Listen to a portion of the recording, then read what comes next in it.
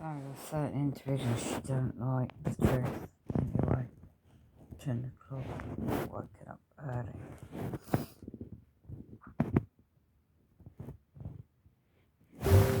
So, if you don't know, NHS England is a limited company. There's this article on its base, it's a newspaper website, Tuesday 14th of June 2022. Right. Help and social care is funded by contract. It quotes reference a 92-year-old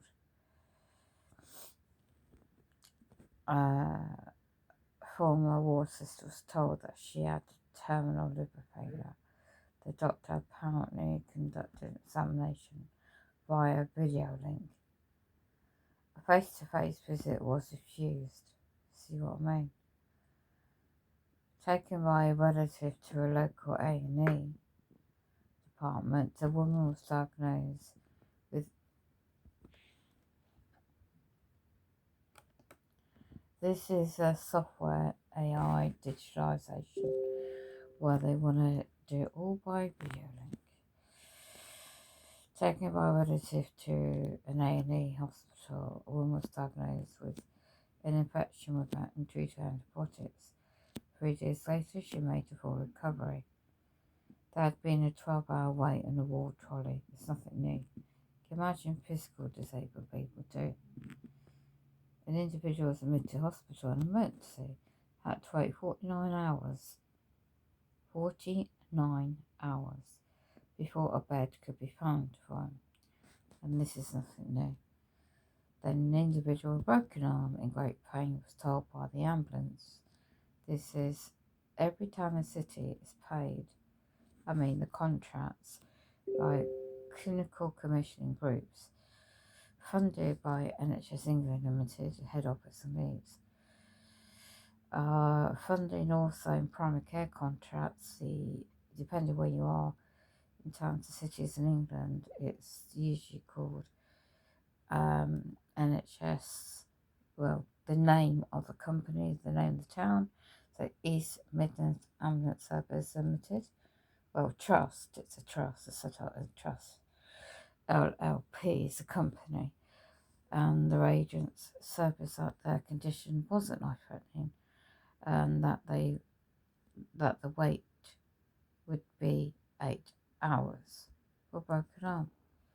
Then you also got a reference to an 89-year-old who waited 6 hours for an ambulance and died sick. Then it is now recognised that failing ambulance services are responsible for many deaths. So this is a breach of contracts. Yeah? So are they deliberately trying to change to the digitalisation? So you have remote viewing, not remote viewing, what do you call it? I'm half asleep. Digitalisation of goods and services more than ever. And how can you diagnose somebody by video link without actually physically seeing somebody on the face-to-face, examining their physical condition, blood tests and all that kind of stuff? They want to have smart technology, smart medical, smart the implants and smart pills and all this AI or things. That's why you can research all this technology out, because target individuals are the subjected to experimentations, not just medical but everything else going on. Trying to get rid of the pop-ups. It's a full moon, super moon today, where all this targeting and stuff, and then KH will be more. Let's have a look.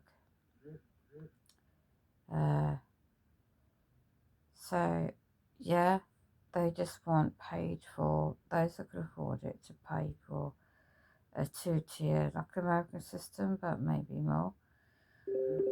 Now, every hospital in England and Wales and Scotland, I would just assume it's England really, they are set up as NHS Foundation Trusts, and they're merging again.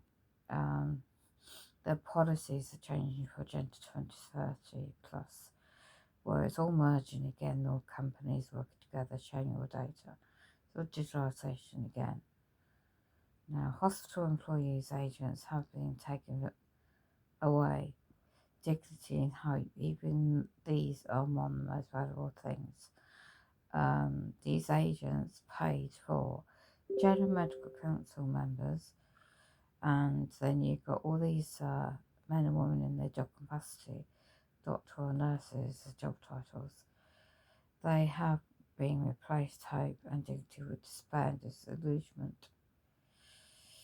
You know, seriously ill people who visit at emergency units in hospitals most routinely wait 10 hours. Can you imagine if you're physically disabled, right, and you need specialist treatment? You're not going to get it, are they? It is reported that 90% of individuals who visit A&E go there because they cannot even see their own general medical practitioner, which is funded by NHS England Limited primary care contracts. So what are they being paid for? Yeah, that's not surprising. The average general medical practitioner now works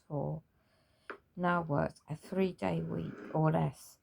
So how much are they being paid for that? Most made a fortune during the a certain procedure of the 2-year period, past 2 years, and are trying to keep their tax bills down. Even those who work a full-time week manage less hours than an librarian. Never seen emergencies, and many general practitioners stay at home and still refuse to see people face to face because they're making more profit, aren't they? The evidence proves that it's dangerous, but it is, says the doctors, the future. General practitioners claim they are overworked, but the evidence proves the contrary. Physiotherapy departments, which shut in March 2020, are still shut. Wow. Physiotherapists work from home, though no one explained how they manage this. Exactly, you need to physically see individuals. While individuals are ignored, the NHS England Limited Company, by the way, with NHS Digital Limited Company, spends a fortune hiring equality, diversity and inclusion administrators. But they don't work, do they? Through no one knows what these people are supposed to do. I know this too well, what they don't do and why. They are considered necessary. Hospitals pay huge salaries to employees, agents with jobs as bizarre as hard FM commissioning managers and portfolio lead for people-led care, though no one seems to know what these titles mean. There's a shortage of nurses' beds, but equality chiefs are paid, just to make their companies look good on paper and online. 90 grand a year. There are diversity managers galore. People who collapse at home or in the street are routinely tested for the you-know-what, even though the test that is used has been proven to be entirely you-know-what. If they test for you-know-what, they are put on a you-know-what ward and forgotten. They receive no other test, no other treatment, and that's still going on. The coronavirus statuette 2020. The policies in England, I think you might want to investigate if that's still in place. The individuals complained are simply drugged and sent to sleep, given medication to make them docile. Why? There appears to be a war on the elderly, with hospitals slapping "Do not resuscitate" notices on just about everyone over 60. Wow, and a good many younger than that. Everyone who falls ill is regarded by these agents within the NHS England Limited Company as a burden, a second-class individual. Everyone ill over 60 is a third-class individual, not worth bothering with. Wow. Okay, so in England, it's claimed in this article, public servants known as MPs, members of Parliament, have warned that that is no evidence that the Britain's appalling, and it says, cancer care will catch up with other countries, and another 2 million have joined the cancer backlog waiting diagnosis and care. The number is increasing 1,000 a day. This is a recent article, by the way. The driving forces of modern medicine are stupidity, greed, incompetence, and ignorance. Doctors and nurses seem to be busy or too up to what they're paid to do. These agents working in the sector, doctors and hospitals who have been told to abandon crazy, certain, policies, masks, hand sanitizers, social distances, are like children holding on to comfort blankets, insisting on clinging to these procedures, policies. It's been proven that certain past 2 years procedures, and certain things I won't mention here, did far more harm than good, but no one in healthcare understands science anymore. Last year, observed new working rules meant that 2,000 dentists quit the NHS England funded contracts in their medical practices with dental services. Over 4 million individuals now have no access to NHS dental care. It's all privatisation then. Those who can find NHS dentists are waiting 3 years for an appointment. Wow.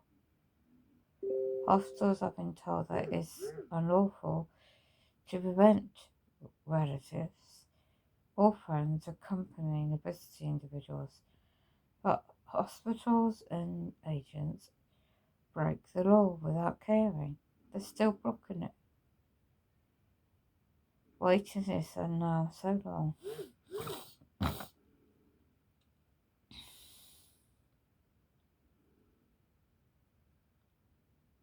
That most people will die before they are treated.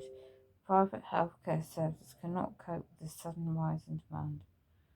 A third of 18 to 14-year-olds are considering funding their own private care. 95% of individuals on NHS waiting lists have paid for their own private treatment. Consultants are making a fortune. It's American privatisation by the back door. The NHS, these are contracts. If the NHS England Limited Company were to close down and the money shared out, everyone in Great Britain will be able to afford their own private medical care. Wow. So, this is on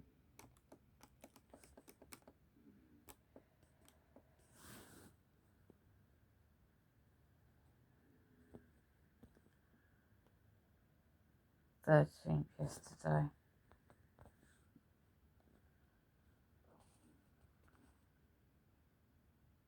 The real facts for these cuts.